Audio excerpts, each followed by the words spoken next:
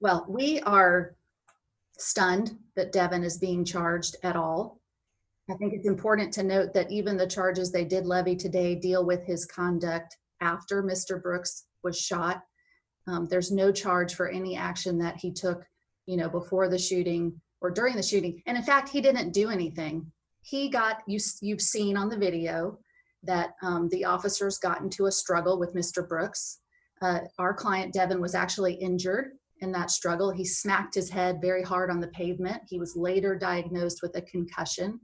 He had injuries and burns to his hand from the taser that we believe Mr. Brooks fired at him, as well as some other bruises that he received.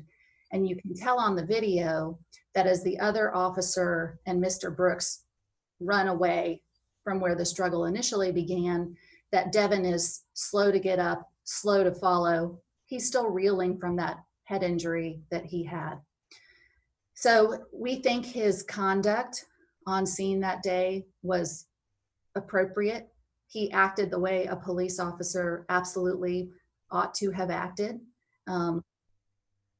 And we're shocked that he's being charged at all. We were particularly surprised today to hear Paul Howard say that our client had agreed to testify against Officer Rolfe and that our client had agreed to become a state's witness. That's not true. That agreement is not in place.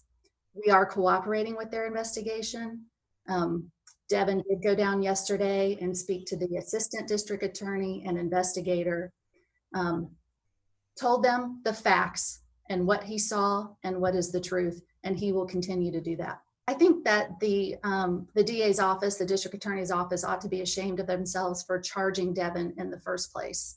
And to say that such agreement exists when it doesn't is, inappropriate, doesn't even begin to cover it. It's not aggravated assault. Devin did put his foot on Mr. Brooks. He thought he put it on his hand or maybe his arm. It was initially right when Devin got up to where Mr. Brooks was laying. The purpose was only to make sure that Mr. Brooks didn't have a weapon in his hand and that there was no weapon within reach. And we were talking about seconds. And once that was established, he took his foot off Mr. Brooks. There was no malice or ill intent in that action. It was just a precautionary step. I'm not even sure there's a way to adequately describe his emotional state. He went through a traumatic event. And I don't say that to take anything away from Mr. Brooks or Mr. Brooks's family or to somehow equate what happened to my client and his experience with Mr. Brooks. I'm not trying to do that at all. But he saw a man's life being taken in front of him, and it was in the course of duty, in the course of his work. He's trying to process that. Now he's trying to process and deal with the fact that the district attorney is bringing felony charges against him for his actions.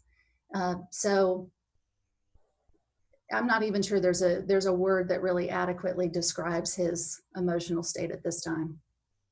Police officers in Georgia have the right to appear before a grand jury that's considering an indictment against them. And we are looking forward to telling the citizens of Fulton County what Devin Brosnan did and observed, and feel confident that he should not be charged with the crime at all. Devin Brosnan did not know that Officer Rolfe was going to put Mr. Brooks under arrest. We've seen the video. There's no verbal communication that Officer Rolfe is about to arrest Mr. Brooks.